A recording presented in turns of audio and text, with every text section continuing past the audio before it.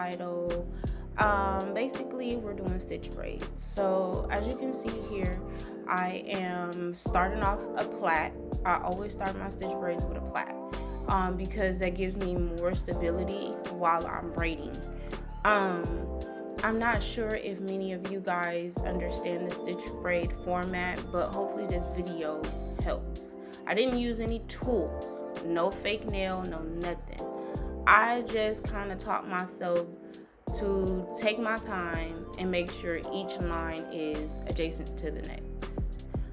So continue to watch. This is a real short video, so you guys will be able to definitely watch what I do.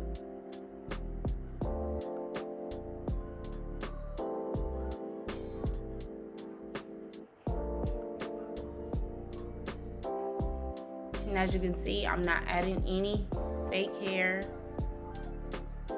at all. She has enough hair on her head.